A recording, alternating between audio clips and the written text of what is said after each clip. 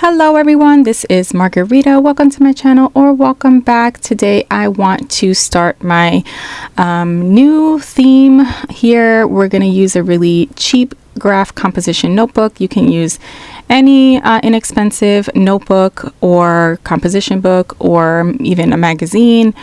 And we're gonna just basically break the blank page. We're gonna do several pages today. In this video, I start by grabbing some acrylic paints, and I'm not even thinking this through. This is more of an intuitive process for me. I really love using the silicone brush, but you could also use a cardboard piece of paper, a cardboard card, or an old gift card to spread your paint. You can use a paintbrush, you can use your fingers. You have the freedom to use and do whatever you like with breaking the blank page. It's really just about getting something on that page, not thinking too much about it, not having any kind of fear of messing it up. We're gonna just feel free to do whatever happens and just let it happen and just flow with it. So as you can see, I'm just spreading that paint on. I'm gonna also do the other page. This is not going to be a double page spread. And for any beginners out there, I am going to be doing some art journaling in this book. I know the video started kind of like on speed, but basically we're going to take this composition book and we're going to make an art journal from it. For color theory, basically colors that are next to each other on the color wheel blend together well when they're wet, and any opposite colors or complementary colors look well when they're layered after being dry. So for now, since my paint is still a little wet, I'm going to add something that's next to blue, which is green. And I'm just trying to fill in some of the white areas here. Some people like having some white area on their pages. I don't, not so much. I like to fill my page up with lots of colors and patterns, and just, yeah, I just filled it all up. So for this, I'm gonna just use a brush. And again, sometimes people tend to have some anxiety about seeing a blank page and they don't know how to approach it, what to do. And it can be nerve-wracking sometimes. So this is kind of why I just start really quickly. I just open that page and immediately just put any color paint on it, and then I work from there. So any color that I've chosen, I will then look at my wheel and see what other colors might go well with it. And so while that paint is drying, I'm going to start on the next page. I'm grabbing a Distress ink pad, the little ones, and I'm just spreading it on the page haphazardly. I'm not thinking about it. I'm gonna then grab a blue, because blue is next to purple on the color wheel, so I know that they'll go over each other well without making mud. And I apologize if I'm going fast. I know my video started really fast. Here I'm putting some green, but I'm going to be careful when spreading it out, because the distress inks are activated by water, and I don't want to make mud, and green and purple will make brown, and I don't want that. So I'm gently passing my brush over the little green blobs that I put on there, so as to not disturb the purple too much. And I'm going to keep layering. So I'm not too worried about what it looks like right now. Pull out this little white, what is this? I think it's gesso, but you can use white paint. And I'm gonna start adding a little bit of white just to lighten up my background a little bit. I'm gonna use my hands, so I do sometimes wear a glove for this, so I'm not getting it all over my fingers and under my nails. And I'm just spreading it. Again, I'm not thinking too much about it. I just want to get that on there to create some layers. And you know, this is just a great way to kind of get in that flow. It's almost like a little warming exercise to get you going when you're starting to journal. You can have a little cheap notebook like this just for practice, and then depending on what you like what you've done that you like, you can then replicate that to a more like fancy or permanent book. Yeah, so now I'm grabbing another color. I had blue, I had green, now I'm going to add pink. Again, not thinking too much, just getting it on there. I kind of want to cover some of the wording that's in the background. These are also good exercises for if you're going through a creative block, because you're not thinking too much, but you're sort of getting that creativity flowing through. And you start to kind of see things in those blobs and marks that you're making, and just kind of combining colors like helps you to, well, at least it helps me to get ideas for other things. Now, if you're a card maker, you can do this with cardstock. You can make small painted backgrounds for your cards.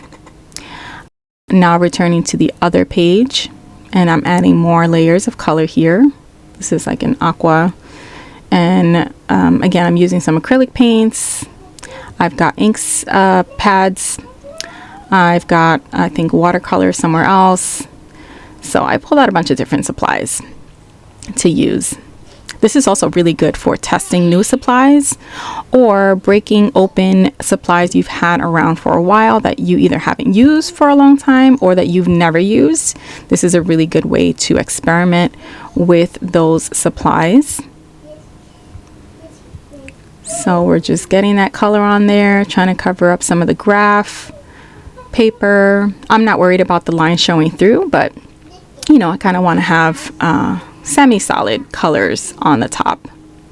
And then I hit it with the heat gun to dry it up.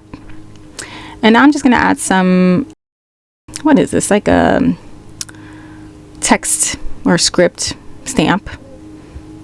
And again, it's just to put some stuff on this page. I'm not thinking too much about what I'm doing. I don't have any end goal in mind other than to make some backgrounds. So I'm going to add some of that onto this page. These will not be completed pages. These are literally just backgrounds. I like to work in increments, so I don't make journal art pages or art journal pages from beginning to end in one sitting. I very, very rarely do that. And as someone who has ADD, I can't. I just get bored and I start running out of ideas, or I have too many ideas and I just can't do that. So doing this lets me come back to the different backgrounds on a different day or at a different time, where I can revisit the backgrounds and get new ideas for them. So yeah, it just gives me some time in between. So for backgrounds, I really just make a bunch of backgrounds. This is how I usually art journal. And so I grabbed some butterfly stamps. I'm not even taking the stamp off of the sheet. I'm just using it right on there. And now I bring in this Distress Oxide spray. I rarely use these, so this is a good opportunity to add some splatters with this. And I really like how that looks. I love using lots of different colors, and I go ahead and use it on the other side as well. Now you can see, even though I'm making both of these backgrounds at the same time, they are still very different from each other.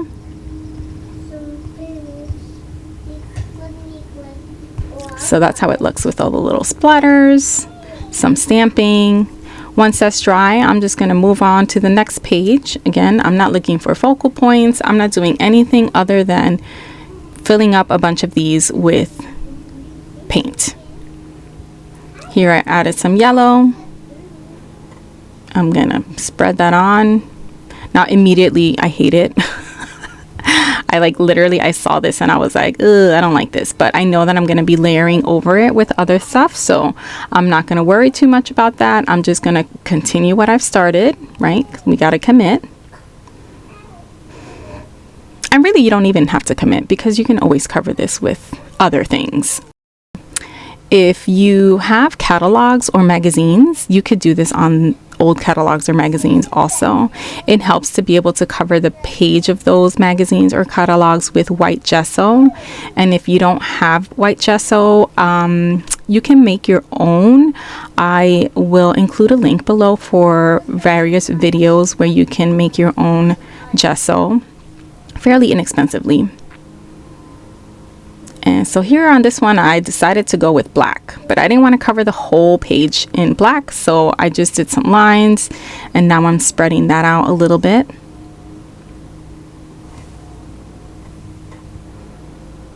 And then once that dries, I'm bringing in a stencil, and I'm gonna add some color with the stencil. I'm using foam wedges to add my color here. If you have like stamping brushes, you can do that too, but these little foam wedges I think work really well. And then once the paint dries on the flat end of the foam wedge, you can always cut it and just use it again, which is something I like. So I added some paint to this little latex palette, and I'm gonna dab on my paint. You can't really see this color, so I decide to add some more, but I end up adding a different color through the same stencil because this paint color really doesn't show on the yellow that I put on previously. And because I'm going kind of fast, just please, any questions you have, please put them in the comment section below and I will answer them, or I will address them in another video, because yeah, I know I'm going kind of fast, but I like this process to go quickly because I don't want to think too much about it. I want to just feel that freedom of I'm just making, you know, I'm not thinking about it. It's more intuitive than anything else. So I grabbed a darker green instead. And again, this is because yellow and green are side by side on the color wheel. So mixing them together is not going to make mud. It's going to be okay, you know, if they blend. So here I am pounding on some paint through the stencil. I do like this green much better, and it's darker so you can see it more. So I decided to go back to that first spot, and I do it over again with the darker green. Here I'm trying not to have the stencil fall in the palette that's full of paint. So dabbing some more. And then I think I felt like it was too, I don't know what's the word, coordinated, you know, like they just look like two rectangular areas of dots. So I start adding a little bit more to make it not so, I don't want it to look so planned.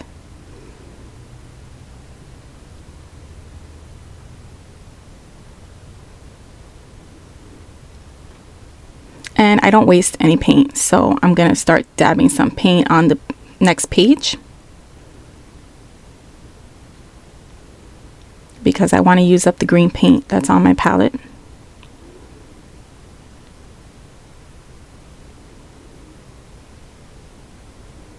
So here I'm just using up whatever paint is on the sponge. I dry that quickly with my heat tool, and then I grab my latex.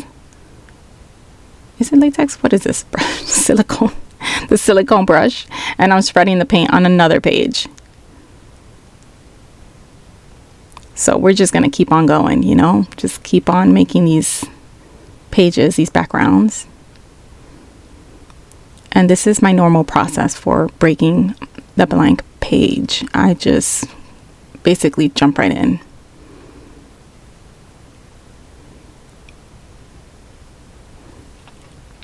So going back to the previous pages, I'm going to add more color to them. So here I'm just grabbing an ink pad and I'm spreading some of this blue color on the background. Just be the next layer for it. And I do sometimes like to come back with a little bit of white, and I want to cover again some of those grid lines. So I was too lazy to look for my gloves, so I just going in with my finger.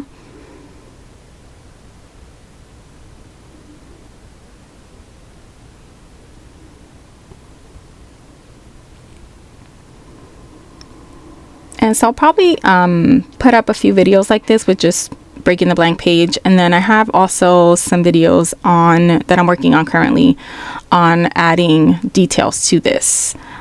So like what the next step would be after having a bunch of backgrounds that you can use. So here I'm adding some more spritzes.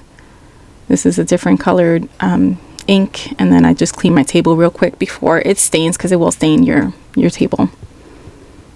For this page, I'm starting with some splatters that I'm gonna smear using my silicone brush.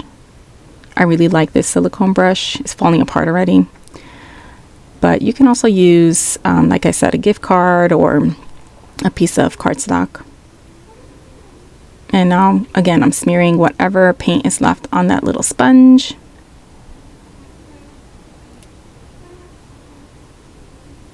So no paint goes to waste. And if you feel like the pages of your magazine or your notebook are too flimsy, you can also adhere two pages together. I don't mind the flimsiness. I know that as I'm adding layers of paint and other things, they're gonna become more sturdy. But yeah, if you prefer like a thicker page to work on, you can always adhere two pages together at a time. So I added some little circle shapes here with some paint, and I'm just gonna smush these two pages together. And this way I'm adding details to both of them. Even though, again, they're gonna be different. It's not a double page spread.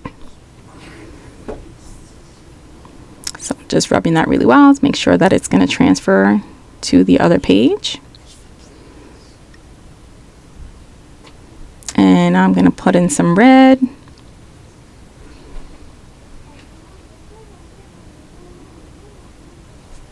It's really bright. And I think, again, I'm like, I'm not crazy about this, but I'm going with it.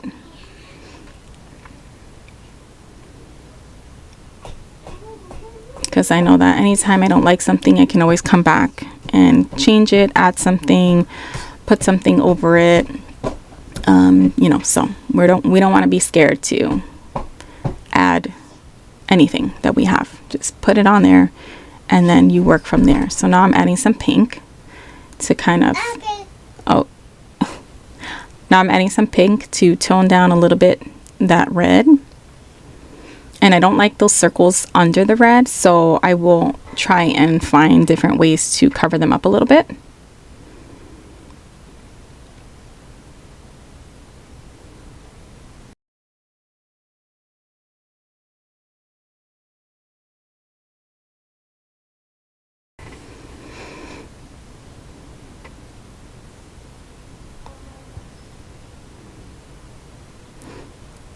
And now I'm going to throw on a little bit of white again. And I'm using this to try and cover some of those blue circles that I'm not too happy with.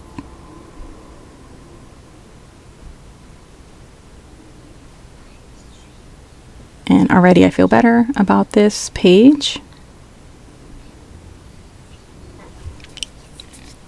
And now I can cover a little more of the graph, the grid lines.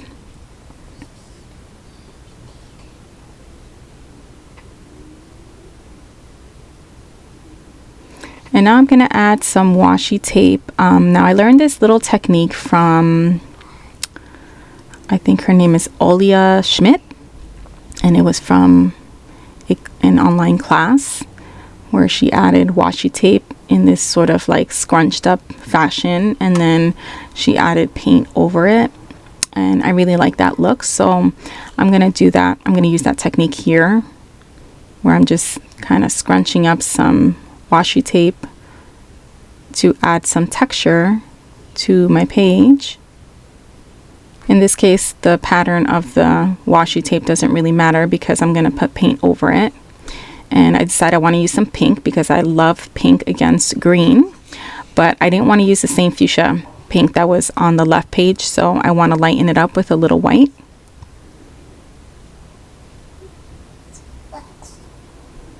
And I still want it to be a little bit lighter, so I add some more white.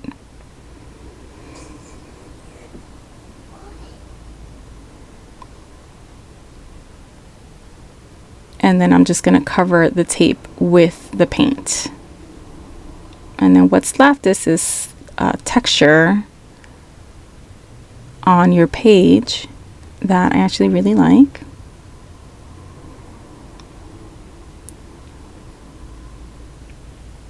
And so far we've got 6 pages done, I think.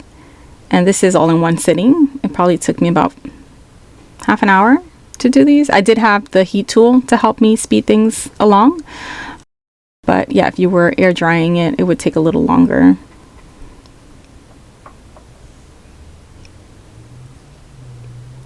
But yeah, I tend to be the type of crafter that I basically do something until I'm sick of it.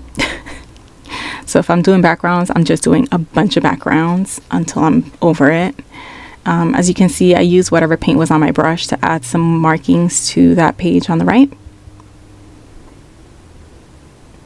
And I'm moving on to the next page. For this one, I'm going to add some gesso to the background because I want to use some watercolor. And watercolor on porous paper, like notebook paper, doesn't quite work very well. So if I add gesso, I can add some watercolor, and it's gonna sit over the top of the dried gesso versus immediately getting soaked into the paper. So I'm gonna add gesso to both of these pages. And again, if you don't have gesso, you can make your own. I will include the link below for several videos that you can refer to for that. And or if you want to try gesso but you don't want to commit to like getting anything expensive, I've found some fairly good gesso on Amazon for a decent price, and it's lasted me quite a while.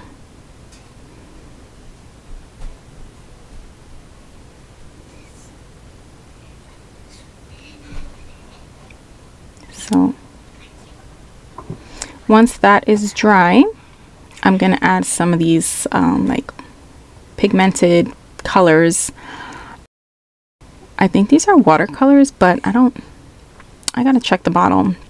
I don't think they're technically called watercolors. But these are by Jane Davenport, and they are highly pigmented. So a little bit goes a long way. Even what I just put on there was way too much. You can see how concentrated those colors are. So concentrated that I actually use some of that on the next page because I just had too much.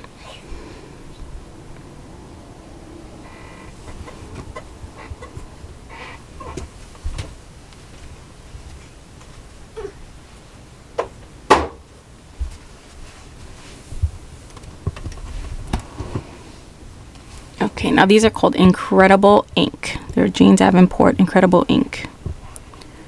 And they work like concentrated watercolors. So you can see there's a lot of color on there. And of course I combine the red and the blue because I know that they'll create a purple once they blend with each other. And so I'm just spreading this on the opposite page as well.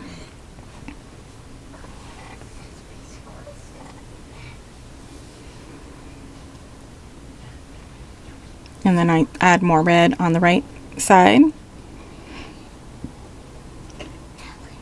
And you can see it gets this sort of purple tone.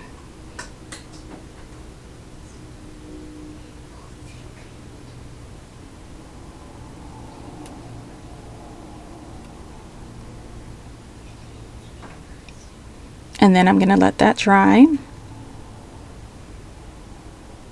And I'm going to move on to the next page. I've also already put gesso on these next two pages.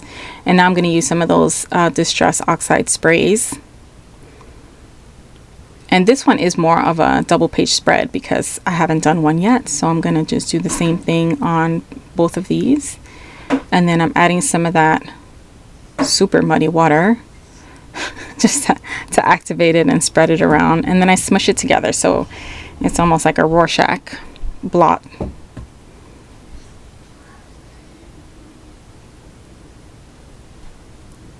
And again, on the color wheel, orange and pink will blend well together.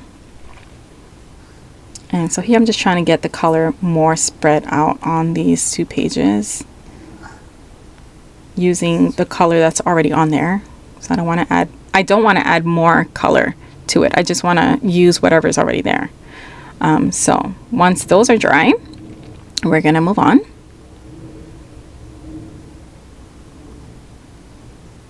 I returned to the previous 2 pages, and I'm going to add a little bit of stamping. I had this like stone pattern stamp. I put the tomato in here.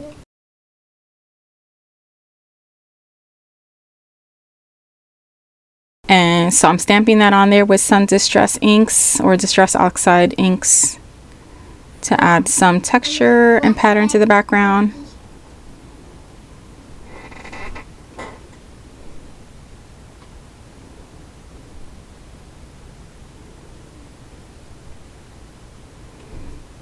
And I'm not trying to cover the whole page. I'm just adding these here and there.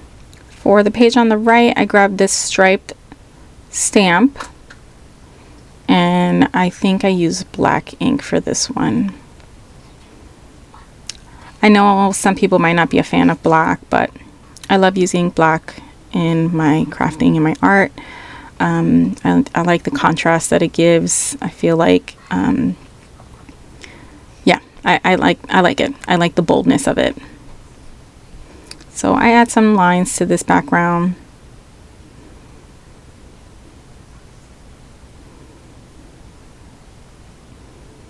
And there's absolutely zero thought. I'm not looking for perfection at all when I make these. Now I grab this floral stamp, not floral, what is this? A butterfly stamp. I think this is a Vicky Boutin stamp.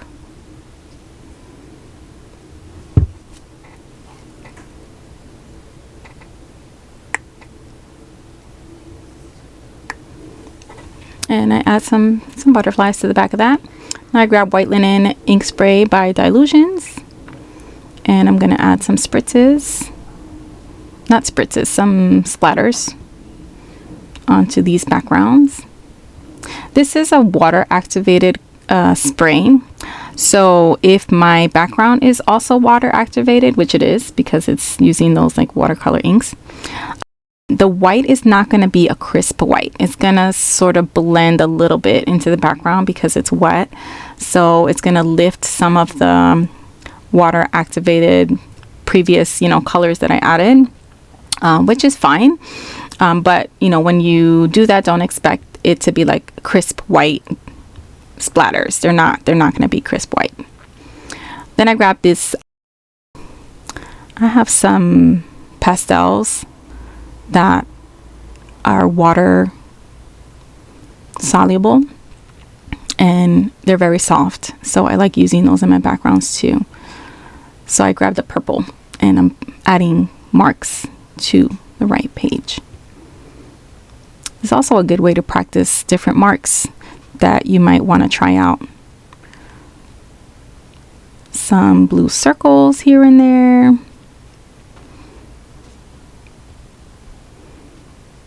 And now I'm grabbing a floral Vicky Boutin stamp because some of these blobs on these pages they make me think of flowers. So I'm just going to add some floral stamps on here with this Distress Oxide in a blue color. I don't know the exact color. I don't know what you guys have at home, so I don't really like to mention a bunch of names and brands and colors because I want to encourage you to use what you have at home. You don't have to use what I'm using. Just use what you have. If you don't have ink, use pens, use crayons, use whatever you have. Colored pencils, they all work. You don't need any fancy supplies ever to follow along with me. I always encourage my viewers to use whatever they have. Now I'm gonna add some yellow to kind of brighten up this page a little bit. So again, bing bang boom, I'm not thinking, just adding. And I'm gonna blend these in because again, because my background is water activated, or I guess moisture activated, I don't know, whatever you want to call that. The yellow is gonna blend in with the pink and the orange that was on the background already.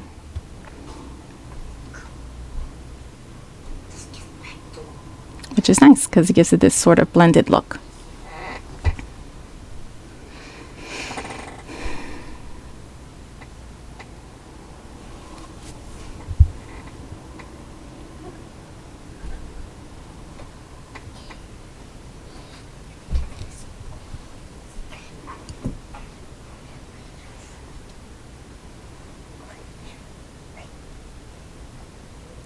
Now I'm going to add a little bit of white here and there. Again, because the background is water reactive, it's not going to be crisp white, but it will lighten up certain areas. Look, that one almost disappeared completely in the background.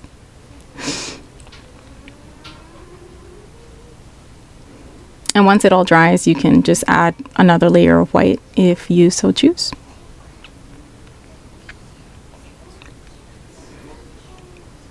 So returning to the beginning, I'm just showing you what we've done. Here we've got 1, 2, 3, 4, 5, 6, 7, 8, 9, 10 backgrounds. I hope I counted that right. But yeah, we've got a bunch of backgrounds here that we can work on. Yeah, it's 10 backgrounds. Well, if the last one is considered 2 different ones. But anyway, I hope you enjoyed that. I hope you return to check out the next step in these backgrounds. And I will see you all next time.